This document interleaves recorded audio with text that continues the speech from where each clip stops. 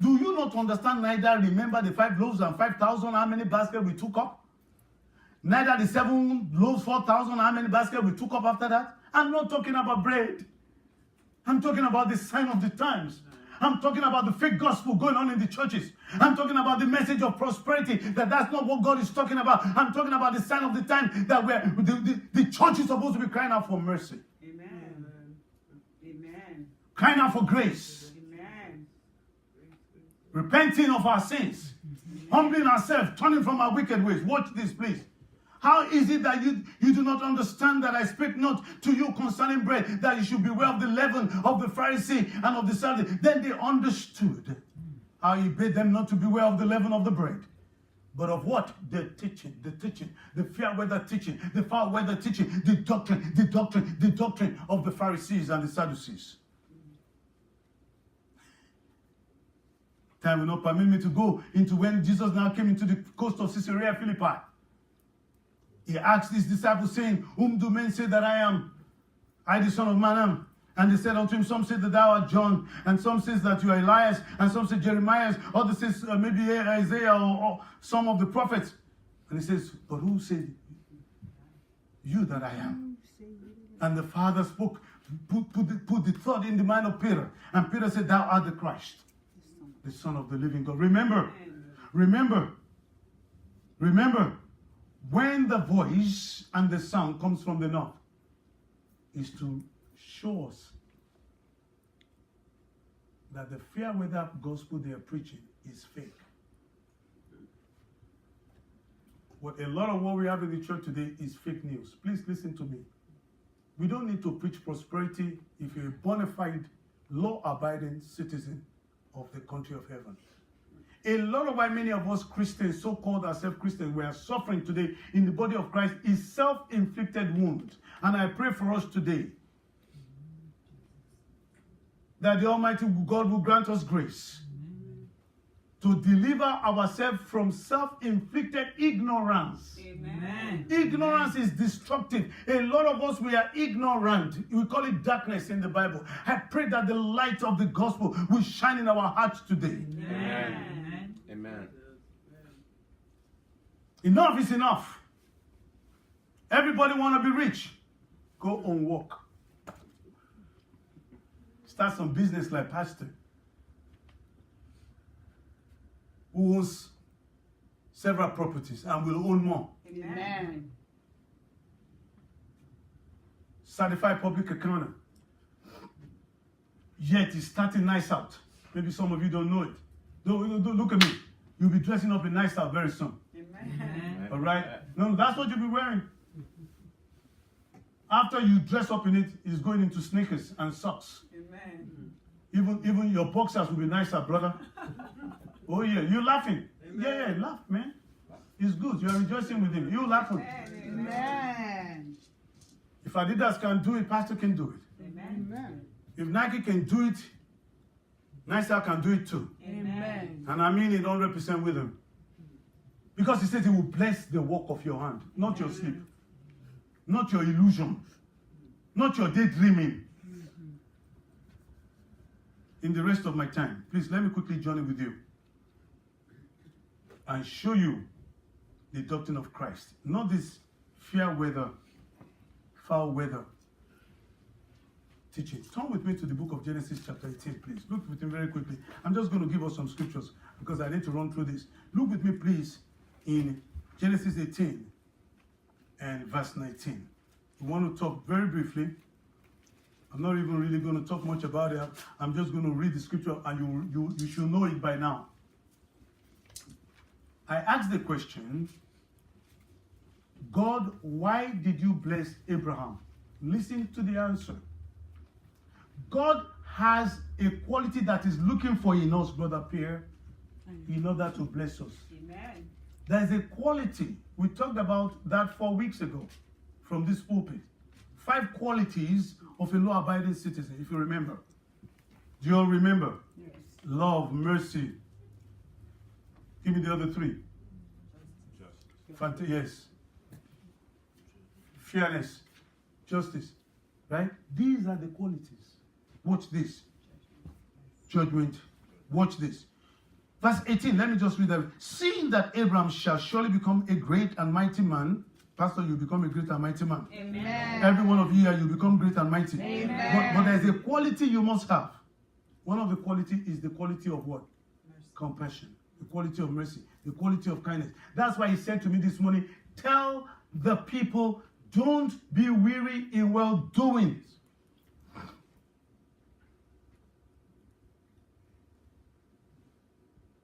Do I need money? Yeah. But let me tell you something better you could do for me today. Get out of this place today. Even whether you're broke or rich, or you're just good. Find somebody to bless with a hamburger today. Do some good to a stranger. Somebody who can reward you back. If you give to me, there is a likelihood that I might give back to you. Why? We see each other. We know each other. Watch this, please. You become a great and mighty nation, and all nations of the earth shall be blessed in him.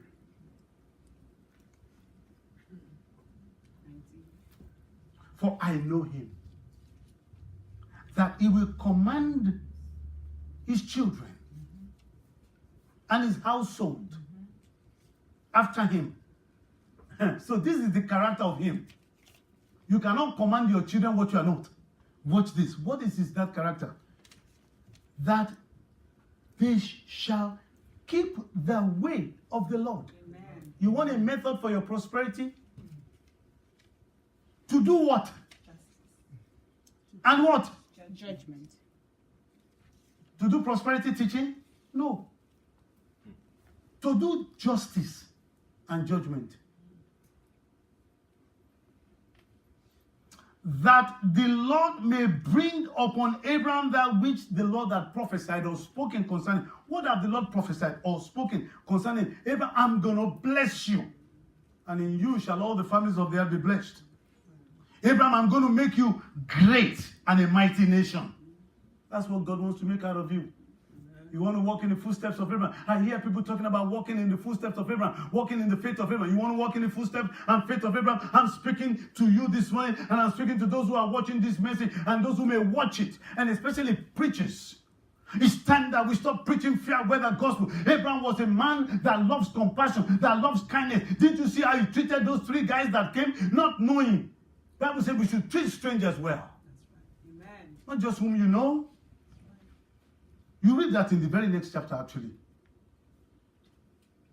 Why did God choose David? Let's move away from our father Abraham. Turn with me, please, to the book of 1 Kings chapter 10. Very quickly, please. Let's rush through this. Why did God choose David? Look at why God chose David. Or chose him, excuse me. 1 Kings chapter 10, verse 9. Look at it. Blessed be the Lord your God, which delighted in you to set you, David, whom you are not even being reckoned with, to set you on the throne of Israel, because the Lord loved Israel forever. Amen. Therefore made he thee king. To do what? Not to pray, not to think, to do justice and judgment. This is why God chose David. So this boy called David, while at the back, he was doing justice and judgment to animals. And God says, if a man can do this, God was watching him the way he was shepherding them. Thy rod and thy staff, they comfort me. God was seeing that he was using it wisely. Look at 2 Samuel chapter 8, verse 15. Please, you need to move fast with me, because I want to round this up, please, so that you can enjoy the rest of your day, your Sabbath, of your rest, of your Sunday, whatever.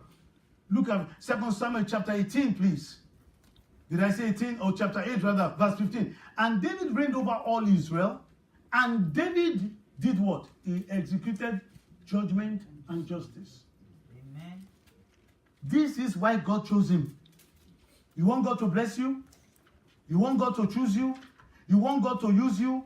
You are going to have to adopt this quality of mentality.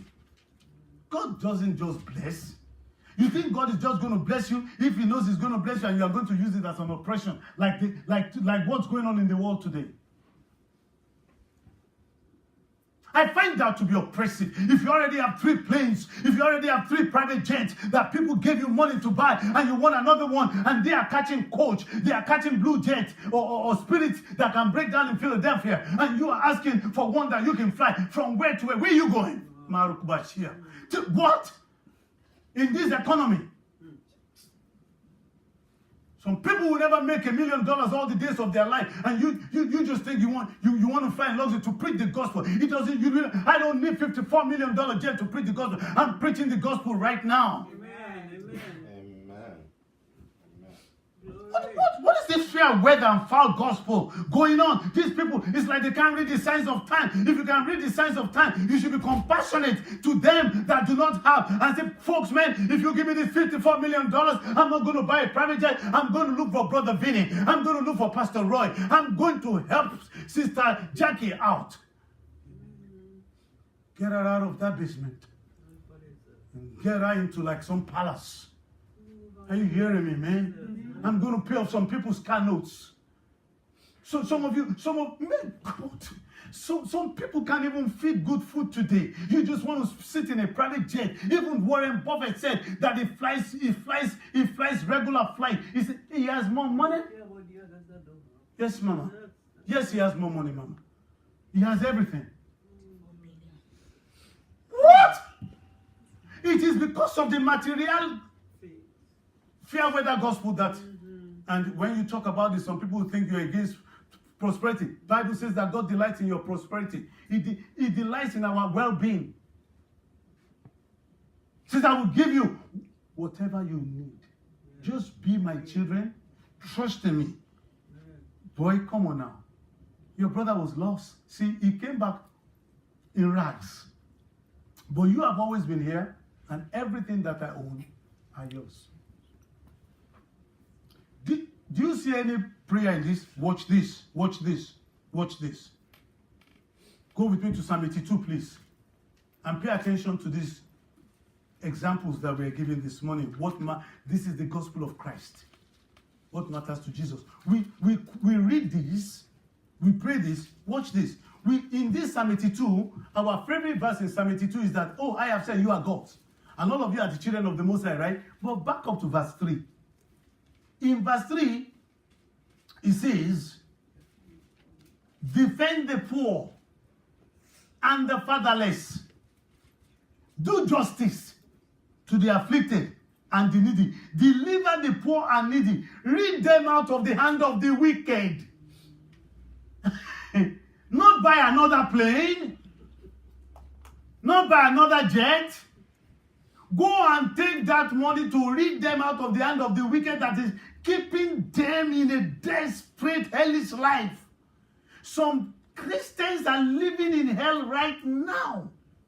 Their wife talks to them anyhow. They yell on their children, say, I said, turn off all the lights. Turn the temperature down. They said, Daddy, it's 90 degrees inside. I say, it's not hot. Open the window. They say, it's hot outside, it's hot inside. Say, let's turn on air conditioner. The man has no money to pay for air conditioner.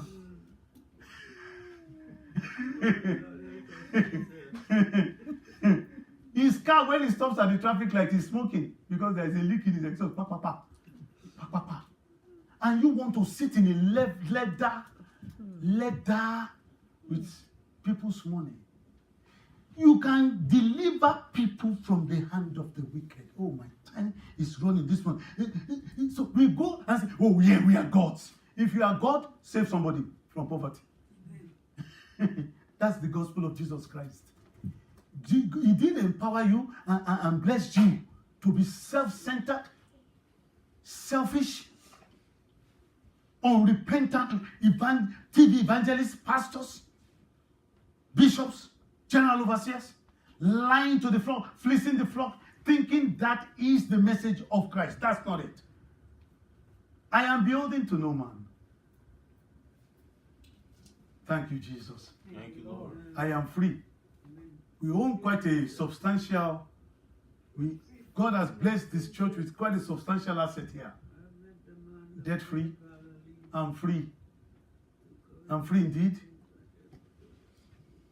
So I'm free. I can speak the truth.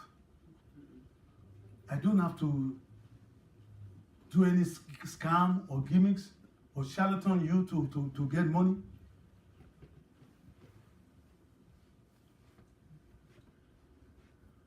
Proverbs chapter 1 verse 3, please. What is the purpose of the wisdom of God? Watch this. To receiving the instruction of wisdom, justice, and judgment, and equity. That is the reason. The Proverbs of Solomon, the son of David, king of Israel, to know wisdom and instruction, to perceive the words of understanding that comes from the voice of the Lord. To expose fair weather preachings and foul weather preachings that we have in the church today.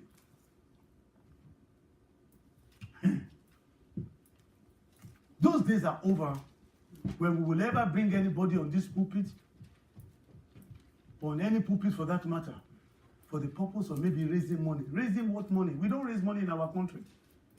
We don't need to raise any money in our country. Nobody needs to tell you if you are blessed. That's why I don't also you. If you are blessed, nobody needs to tell you to tithe. Nobody needs to tell you to give offering. You are blessed of the Lord. And whatever you are blessed, in fact, God is the owner. You are not the owner. Watch this, please. Proverbs 21:3. We read it 2 weeks ago. Turn there, please. Because I want you to see these things again. To do justice and judgment is more acceptable to the Lord than giving of sacrifice. Please don't arrogate anything. Don't ever make any statement that you will support this church. Whatever you give to this church, if you are not a person doing justice and judgment, your giving is not acceptable to the Lord. It is more acceptable to the Lord that you do justice and judgment than to give. Amen. It is not the Lord that has blessed you, that's why you are able to give. Look with me, please, in Isaiah 56 and verse 1. Please, let's move fast. I want to get down. Watch this, please. Thus says the Lord, keep you judgment and do justice. For my salvation is near to come, and my righteousness is near to be revealed. Blessed is the man that doeth this. Abba. Come on now. And the son of man that layeth hold on it, that keepeth it, the Sabbath, from polluting it, and keepeth his hand from doing any evil. Blessed. You are blessed to do it. Amen. Watch this, please. Watch this. Go with me, please. Okay, let me quickly show you something here. Let me show you fair weather. Go to this in Isaiah chapter 59. Look with me in verse 14. That's why I'm tired of Christians. We need to focus on the doctrines of Jesus. Brother Pierre, we need to focus on the teachings of Christ in the church, his ethics, his norms, his standards, his ideals, his principles. What he has come to teach us. Amen. That we lost in Adam. Jesus came to teach us the way of life that we should have heard originally. Amen. If man never was separated from God, when we lost the mind of Christ, he has come to reinstitute that mind back into our mentality. If we will keep them and do them. Watch this. Isaiah 59 verse 14. Look at the opposite. And judgment is turned away backward, and justice standeth afar off. For truth is falling in the streets, and equity cannot enter. That is what we are doing in the church now. That's why you see people don't want to go to church. People don't want to go to church. Everybody saying they just want our money. Because that's what we have preached and preached. It's just our money. People are cursing bishops now. People are cursing pastors. People are cursing overseers. People I'd rather go to basketball like tonight, or go to a golf course in the day, or wash their cars. And you, Christian, when you're on your way to church, you see them washing their cars, polishing, you say, oh, he's not going to church. You judge them. It's an idol. We should judge ourselves. Because judgment will begin in the church.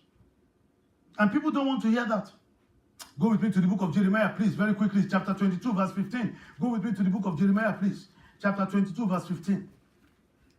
Say with me, God have mercy on us. Say with me, God have mercy on us. God have mercy on us. Shall thou reign because thou closest thyself in cedar? Did not thy father eat and drink, and do judgment and justice? And then it was well with them. It was well with him. This is the reason why it was well with him. It was because he did justice and judgment. Not because he has a private jet. Not because he's pastoring a church. If you are pastoring a church of 50,000 people, 100,000 people, you are not doing justice and judgment. You are kidding yourself. You are pastoring a church of 5,000. Even some of us so-called little pastors, God blesses us with 20 people, 30 people, 100 people, 200 people. Before you know it, we have 5 bodyguards. We can't carry our own Bible anymore. I mean, they were begging me to carry my Bible. I said, that one, don't worry. Maybe the day my hand is withered, you can carry it. As long as I am, why can't I carry my Bible? You can't even Jesus, the woman was able to touch her. Touch him. The woman with the issue of blood. You try to touch some pastors today, if they give you karate and give you Bruce Lee, you can't even move near them. Some of their bodyguards carry gun. We had one right here. He was carrying gun inside the church to protect our pastor. Gun inside the church. They carry guns now. He shall give his angels charge. Even Jesus Christ was able to be touched, and the woman collected her healing. The woman was able to address Jesus. Jesus, please, don't go. Even a blind man that can't see him, address them. You can't address pastors these days if you don't have money. You can never be invited to sit on the front row. I know what I'm talking about. I'm one of them. But these are the things we must repent of. Repentance must start from this pulpit, from this altar. And you all must join me. And we must become like an example to the church at large. Now, listen to me. In the midst of this, remember, it seems like I'm speaking like Elijah this morning, but there are 70,000 that have not bowed their head to bow. So there are even people living what I'm preaching better than us. My goal is that we live it. Amen. That's why I said to you this week, call somebody, reach out to somebody, love on somebody, buy somebody a hamburger. Where did I say we should turn to? Jeremiah 25? 22. Look at Jeremiah 23, please. Look at me in verse 5. Behold, the days come, prophecy, said the Lord, that I will raise up unto David a righteous branch, Jesus Christ. And a king shall reign and prosper and shall execute what? Even Jesus came to execute judgment and justice in the earth. In his days, Judah shall be saved, and Israel shall dwell safely. And this is the name whereby he shall be called, the Lord our righteousness. Abba, what's going on in the churches today? Go with me, please. The point that I'm making to you, go with me to the book of Ezekiel real quickly, please, chapter 45 and verse 9. The point that I want to sink in while I'm reading all these scriptures to you this morning, the point that I want to sink into your mind is your need and my need and the need of those of you watching me this morning for you and I to embrace compassion, fairness, Amen. Justice, love, mercy, not to judge, truth. Look with me, please, in 45:8.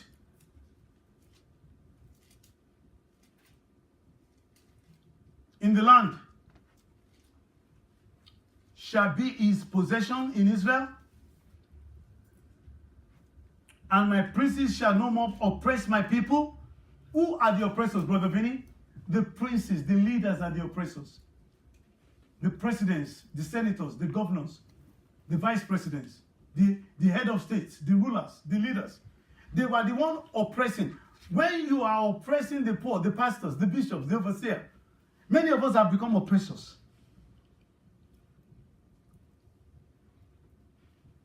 We are not preaching the sign of the times.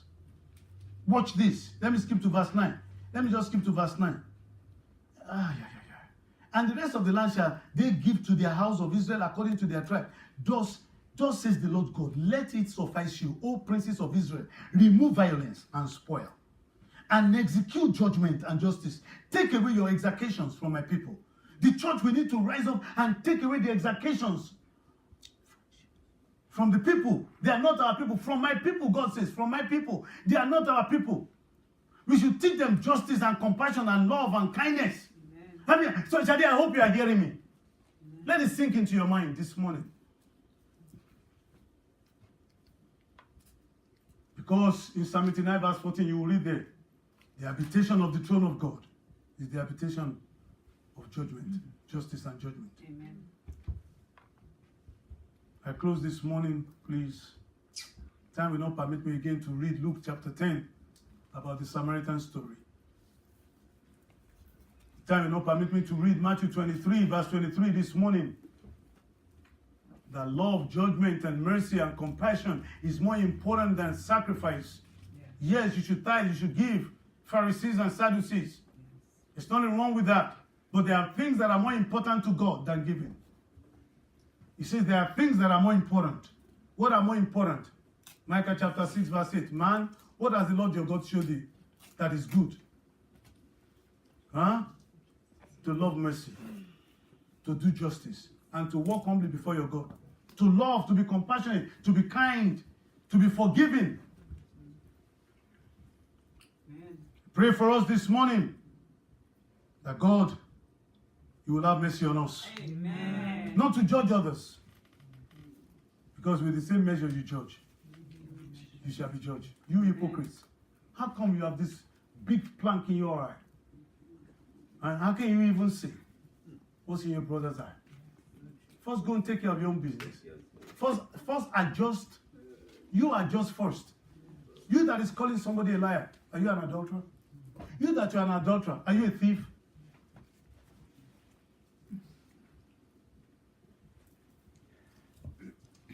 Remember, the laws of God are not the laws of man.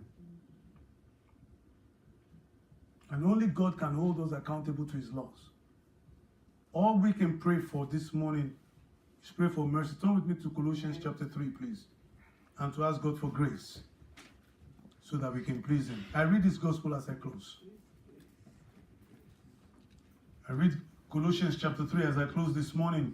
If you then be risen with Christ, let's set our affections and seek those things that are above, where Christ sits on the right hand of God. Let's set our affections on the things that are above, not planes. Planes are on earth. Rolls Royce are on earth. I was reading about one guy that there is no Rolls Royce he doesn't have. I don't know how far it's true. I know his family too. But there is no Rolls Royce he doesn't have, according to the story I was reading.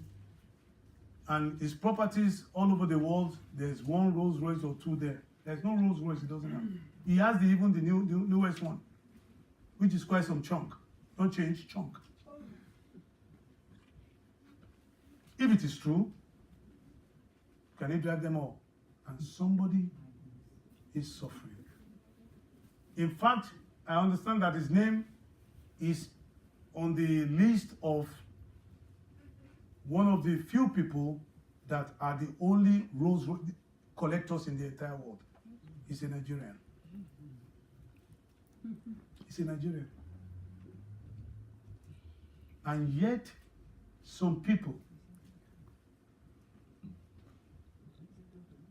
I'm not saying if he's true and he's wealthy and he's rich and all of that, that's fine. And I don't know what other givings he does and this and that. But you know what? I don't want to be rich like that. That's why for me, I don't understand these preachers. There's nothing wrong with. You may even save somebody's life. Maybe if you fly upper class, sir. If you happen to ever watch this message, sir. Sirs, you all know yourselves. Maybe if you take some coach one day, maybe you can save the whole plane. By giving all of those in that coach enough money that they will never fly coach again. Maybe you will meet me in there. Hallelujah. Hallelujah. Verse 10, please. And I've put on the new man which is renewed in knowledge, in that perfect knowledge of God, after the image of him that created him, where there is neither Greek. See that? The Bible is not for the Greek. The Bible is not for the Jew. The Bible is not for the covenant people. It's not for the hidden uncircumcision. It's not for the barbarian or the Scythian. It's not for the rich or the poor. It's not for the bond or free, slaves, masters, employers, employees. The Bible is for all. Christ is all in all. The Bible has no nationality. He has no political affiliation. That's why I'm tired of Christians that, listen to me, some people converted from Islam to Christianity and they have turned around to be hating Muslims. They pick on Muslims in everything. No, that's wrong. You should find a way to reach out to them with what you believe in. You should share what convinced you to turn from Islam to the Lord Jesus Christ. You should find a way to reach out and share with them. Peradventure, they will believe you and become and convert their mind, and they will come into the country. Amen. You should not be using it to fight. This Bible is not for fight till we all come together in the unity of the faith. Not for Christians, till we all. God has given us to be apostles, prophets, evangelists, pastors, and teachers, till we all bring everybody into the country. Black, white, Hispanic, Asian, whatever, rich, poor, big, thin, fat, whatever, short, tall, till we all, Jews and Gentiles, and bond and free, Italian, Americans, Europeans, Africans, till we all come together into this country. Amen. That's what this book is for. Yes. It's not a book of division. That's right. It's a book of unity. That's right. Please bow your head with me today. Amen. Amen. I'm done. Yes.